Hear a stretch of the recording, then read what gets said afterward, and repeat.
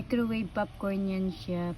Diyan mo ilalagay yung popcorn, ilalagay sa oven. So, wala naman kaming popcorn, kaya yan na lang, nilagyan ko na lang ng mga pagkain, Skyflex biscuits, yan, chocolates, yan na lang.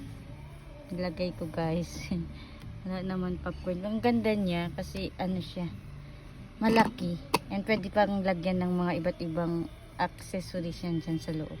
So napakaganda guys, oh. Bigay lang yan ng auntie ko. Ang ganda. So matagal na to sa akin, years na. Ngayon ko lang na naisipan na gamitin. Nakatago lang. So ang ganda. Ang ganda. Pwede siyang lagyan ng mga pagkain, mga kung ano-ano dyan, mga anit-anit.